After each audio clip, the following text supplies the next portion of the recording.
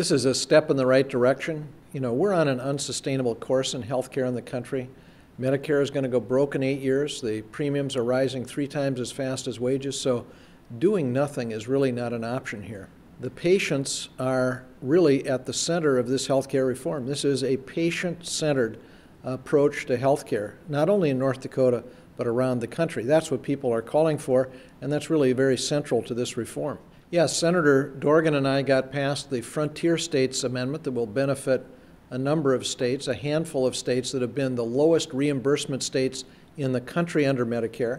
For North Dakota, it'll mean an additional $50 million for our hospitals per year, an additional $16 million for our doctors per year who treat Medicare patients, because they have been getting paid below cost for their Medicare patients.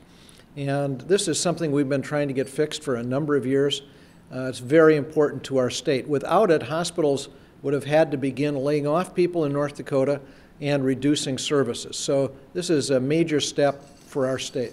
Yes, this will extend the life of Medicare by 9 years. Look, we're going to have to do much more than that, but this is a good beginning. Medicare is critically important. In North Dakota, it provides the health care coverage for tens of thousands of our seniors, and it cannot be put in jeopardy. Right now, it is in jeopardy. The trustees have said it's going to go broke in 8 years. So those who say you don't have to do anything to strengthen Medicare are not telling people the truth. The savings from Medicare are not from Medicare beneficiaries, not from the patients. They're from Medicare providers. And those savings have been negotiated with the hospitals, the nursing homes, home health care.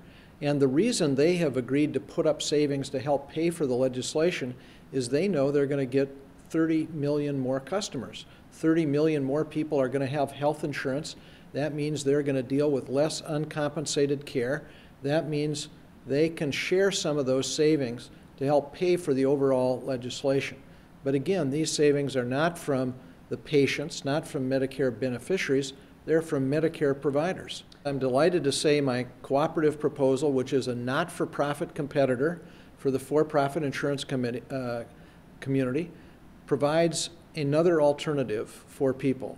That's something you can choose if it's in the best interest of you and your family.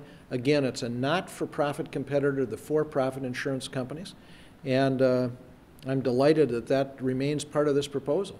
I think this is a very important beginning, but it's not the end of the story. We now have to reconcile with what's come out of the House. They're very different bills, but this is a bill that reduces the deficit, according to the Congressional Budget Office, by $130 billion over the first 10 years, and by as much as $1.3 trillion over the second 10 years. Those who say this increases the deficit, that's not what the nonpartisan Congressional Budget Office has concluded. They are the official scorekeeper here, and they have concluded this reduces the deficit. There will be, again, according to the Congressional Budget Office, 31 million people in this country who will have health insurance who don't have it now. That's 94% of the people. It doesn't cover everyone because it doesn't cover those who are here illegally.